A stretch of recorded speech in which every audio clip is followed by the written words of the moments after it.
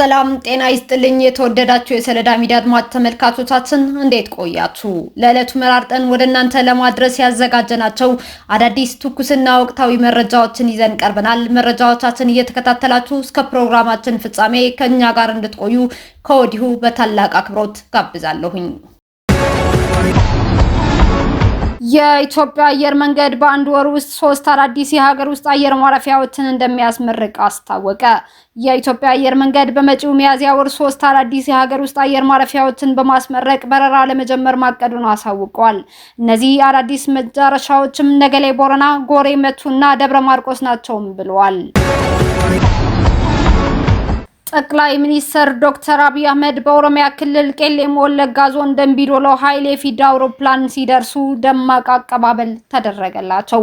ክቡር ጠቅላይ ሚኒስትርና ከፍተኛ የስራ ኃላፊዎች በአካባቢው በሚኖራቸው ቆይታ በክልሉ መንግስት እየተከናወኑ ያሉ የልማት ስራዎችንም ጎብኝተዋል። ጠቅላይ ሚኒስትር ዶክተር አብይ አህመድ በምዕራብ ወለጋ ዞን ገንጂ ወረዳ የሚገኘውን የቱሉ ካፒ የወርቅ ልማት ፕሮጀክት በመጎብኘት ፕሮጀክቱ የሀገሪቱን የተፈጥሮ ሀብት ለሀገርና ለሕዝብ ጥቅም በኃላፊነት እንዴት ማዋል እንደሚቻል የሚያሳይ አይነተኛ ምሳሌ መሆኑን ጠቁመዋል።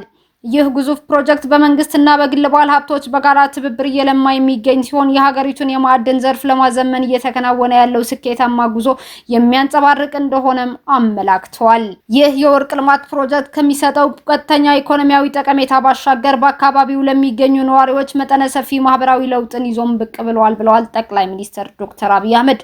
ጠቅላይ ሚኒስትሩ እንደገለጹት ፕሮጀክቱ ዘመናዊ የመኖሪያ ቤቶችን ከመገንባት ጀምሮ የጤና ተቋማት፣ የመንገድ ልማትና የትምህርት ጥራትን በማሻሻል የአካባቢው ማህበረሰብ የኑሮ ደረጃ በከፍተኛ ሁኔታ የመቀየር አቅም አለውም ብለዋል። ይህም ልማት ከማዕድን ቁፋሮ ባለፈ የሰውን ልጅ ህይወት ለማሻሻል ያለው ቁርጠኝነት የሚያሳይ ነው ብለዋል ጠቅላይ ሚኒስትሩ። በመጨረሻም ጠቅላይ ሚኒስትር ዶክተር አብይ አህመድ በጉብኝታቸው ወቅት እንደተመለከቱት የፕሮጀክቱ ፋይዳ በአንድ ዘርፍ ብቻ የተገደበ ሳይሆን መላውን የአካባቢውን ማህበረሰብ ለልማት በማነሳሳት ረገድ የሚኖረው ሚና የጎላ መሆኑንም አረጋግጠዋል። የቱሉ ካፒ ፕሮጀክት ስኬታማነት በኢትዮጵያ ውስጥ ለሚከናወኑ ሌሎች መሰል የተፈጥሮ ሀብት ልማቶች አንድ አርአያ የሚጠቀስ መሆኑን የገለጹት ጠቅላይ ሚኒስትሩ በልማት የአካባቢው ማህበረሰብ ይበልጥ ተጠቃሚ እንደሚሆን ያላቸው ጽኑ እምነትም ገልጸዋል። ይህ በእንዲህ እንዳለ በቄለም ወለጋ ዞን ቄጦ መስኖ መሰረተ ልማት ፕሮጀክት በይፋ መመረቁን የመስኖና ቆላማ ሚኒስትር ዶክተር አብርሃም በላይ አስታውቀዋል።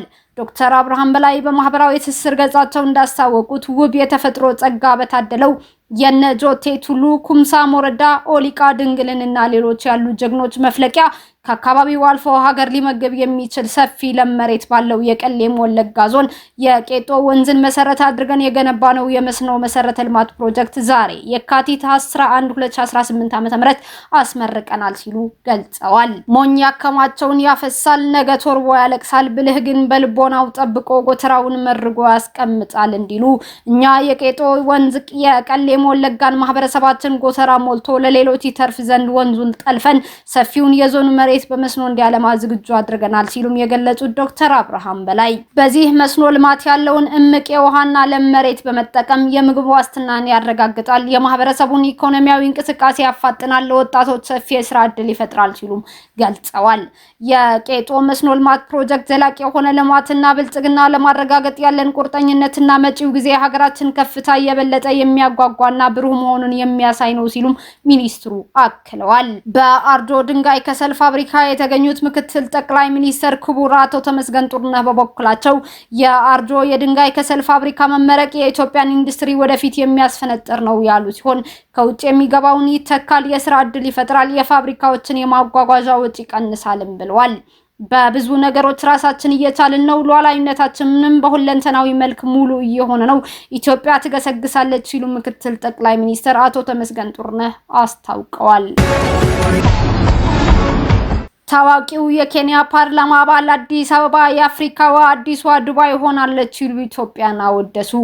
የኬንያው የሱና ምስራቅ ተመራጭና የፓርላማ ናሳ ቡድን መሪ የሆኑት ጁሌት መሐመድ በአዲስ አበባ የታየውን አስገራሚ የልማት ግስጋሴ የአፍሪካ አዲሷ ዱባይ በማለት በይፋ አሞካሸዋል። በኬንያ ፓርላማ ውስጥ የሶማሊያን ልኡካን ቡድን በመቀበል በተዘጋጀ መድረክ ላይ ንግግር ያደረጉት ፖለቲከኛው በቅርቡ በአዲስ አበባ ያደረጉትን ጉብኝት አስመልክቶ ምስክራቸውን ሰጥተዋል። ጁኔት መሐመድ እንደገለጹት ቀደም ሲል እንደ የአፍሪካ ህብረት ምርጫዎች ባሉ አህጉራዊ ዝግጅቶች ላይ አዲስ አበባን እንደጎበኙ መሪዎች አሁን ከተማዋ ያለችበት ደረጃ ታሪክን የቀየረ ለውጥ ነው ብለዋል።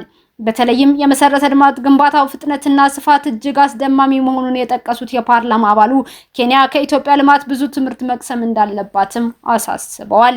አዲስ አበባ የአፍሪካ አዲሷ ዱባይ ናት፣ ከዚች ሀገር የምንማረው ብዙ ትልቅ ትምህርት አለ ሲሉ የተናገሩት ንግግር በኬንያ መገናኛ ብዙሃንና በማህበራዊ ድረገጾች ላይ በስፋት እየተጋራም ይገኛል። ይህ አስተያየት ኢትዮጵያ በአህጉሪቱ እያሳየች ያለችውን የለውጥ ተጽዕኖ የሚያሳይና በጎረቤት ሀገራት መሪዎች ዘንድ ከፍተኛ አድናቆት እያተረፈ መሆኑን አመላካች ነው። ኢራን የኒውክሌር መርሃ ግብሯን በተመለከተ ከአሜሪካ ጋር በዋነኛ መርሆች ላይ እንደተግባቡ አስታወቀች። ሁለቱ ሀገራት በጄኔቫ ቀጥተኛ ያልሆነ ውይይት ካደረጉ በኋላ የኢራን የውጭ ጉዳይ ሚኒስትር አባስ አራግቺ እንደተናገሩት የኒውክሌር ዋነኛ መርሆችን በተመለከተ መግባባት ላይ ተደርሷል ብለዋል። አሜሪካም በውይይቱ መሻሻል ታይቷል ስትልም ገልጻለች። የአሸማጋይዋ ኦማን የውጭ ጉዳይ ሚኒስትር ባድር አቡልሳዲ የጋራ ግቦችን በመለየትና የቴክኒክ ጉዳዮችን በተመለከተ ድርድሩ ጥሩ መሻሻል ታይቶበታል ብለዋል። የኢራን መንግስት ተቃዋሚዎች ላይ እርምጃ መውሰዱን ተከትሎ አሜሪካ ወታደራዊ እርምጃ ለመውሰድ ስትዝት ቆይታለች። አሜሪካና የአውሮፓ አጋሮቿ ኢራን የኒውክሌር የጦር መሳሪያ ልትገነባ ነው ቢሉም ቴሄራን በተደጋጋሚ ያስተባብላለች። አሜሪካና ኢራን ከሚደራደሩባቸው ነጥቦች ዋነኛው የኒውክሌር ጉዳይ ነው። አንድ የአሜሪካ ባለስልጣን መሻሻል ቢኖርም ብዙም የምንወያይባቸው ዝርዝር ነጥቦች አሉ። የምንለያይባቸውን ነጥቦች በተመለከተ ኢራናውያን በቀጣይ 2 ሳምንታት ምክረ ሀሳብ ይዘው እንደሚመጡም ገልጸዋል ሲሉ ስለ ድርድሩ ገልጸዋል። የአሜሪካ ምክትል ፕሬዝዳንት ጄዲ ቫንስ በበኩላቸው አንዳንድ ጉዳዮችን በተመለከተ ድርድሩ በጥሩ ሁኔታ ተካሂዷል፣ ፕሬዝዳንቱ ቀይ መስመር ብለው ያስቀመጧቸውና ኢራናውያን ገና ያልተቀበሏቸው ነጥቦችም አሉ ሲሉ ከፎክስ ኒውስ ጋር ባደረጉት ቃለ ምልልስም ተናግረዋል።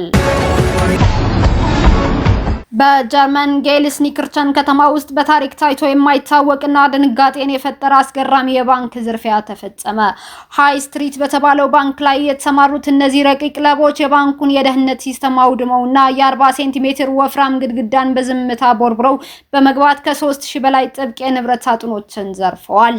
በአጠቃላይ 100 ሚሊዮን ዩሮ ማለትም በቢሊዮኖች የሚቆጠር ብር የሚገመት ንብረትና ጥሬ ገንዘብ በ4 ሰዓታት ውስጥ ብቻ ተመዝብሮ ሲጠፋ ፖሊስ እስካሁን የሌቦቹን ዳና እንኳን ማግኘት አልቻለም። ዝርፊያው የተፈጸመው በገና በዓል ሰሞን ከከተማዋ ቀዝቃዛ ባለችበት ወቅት ሲሆን ሌቦቹ ከባንኩ አጠገብ በሚገኝ የመኪና ማቆሚያ በኩል በሩን ክፍት አድርገው በመግባት ግድግዳውን ሰርስረውታል። ገራሚው ነገር ግን ሌቦቹ ግድግዳውን ሲቦረቡሩ የደረሰው ጥቆማ እሳት ተነስቷል የሚል ቢሆንም የደረሱት ፖሊሶችና የእሳት አደጋ ሰራተኞች ጭስ የለም በሚል በሩን ሳይከፍቱ መመለሳቸው ለዘራፊዎቹ ወርቃማ ዕድል ሰጥቷቸዋል። ይህም ፖሊስ ለሌቦቹ መንገድ አመቻቸላቸው የሚል ከፍተኛ ቁጣና ጥርጣሬ በህዝቡ ዘንድ እንዲቀሰቀስም አድርጓል። ወንጀለኞቹ ስራቸውን ጨርሰው ሲወጡ ባንኩ ውስጥ የቀረው ትርኢት እጅግ የሚያስፈራ ነበር። ከ500,000 በላይ ውድ ቁሳቁሶች ተዝረክርከው የተገኙ ሲሆን ሌቦቹ የጣት አሻራ እንዳይገኝባቸው ውሃና ኬሚካል ደፍተው መጥፋታቸውም ተገልጿል። በዘረፋው ወቅትም ሐሰተኛ ታርጋ የለጠፉ ጥቁር አውዲና ነጭ መርሴዲስ መኪናዎችን የተጠቀሙ ሲሆን የፊት መሸፈኛ ጭንብል አድርገው በካሜራ ቢታዩ ማንነታቸው መለየት ግን የማይቻል እንቆቅልሽ ሆነባቸዋል። ይህ አሳዛኝ ክስተት የበርካታ ዜጎችን የእድሜ ልክ ጥሪትና የቤተሰብ ወርቅ የበላ ሲሆን በአሁኑ ወቅት በጀርመን ባንኮች ላይ ያለውን እምነት ሙሉ በሙሉ ማሸርሽሯል። ተቋማት ደህንነታቸው ማስጠበቅ አልቻሉም በሚል ፖለቲካዊ አጀንዳ ሆኖ የሰነበተው ይህ ዘረፋ ተጎጂዎችን ለከፍተኛ የስነ ልቦና ቀውስም ዳርጓቸዋል። ባንኩ በዘመናዊ ቴክኖሎጂ ይጠባበቃል ቢልም ሌቦች ግን ያንን ሁሉ ቴክኖሎጂ አፍይዘውበት የ100 ሚሊዮን ዩሮውን ሲሳይ ይዘው መሰወራቸው ቢቢሲ ዘግቧል። እስካሁን አብራችሁን ከኛ ጋር ስለነበራችሁ እያመሰገንኩኝ በሌሎች መረጃዎች እስክንመለስ እንደተለመደው የሶለዳ ሚዲያ ቤተሰብ በመሆን ላይክ፣ ሼር፣ ሰብስክራይብ ማድረጋችሁን አትርሱ። አዳዲስ ትኩስና ወቅታዊ መረጃዎቻችን በቶሎ እንዲደርሷችሁ የደወል ምልክቷን ይጫኑ። ስኬት፣ ድልና ሰላም ለኢትዮጵያውያን። ሶለዳ ሚዲያ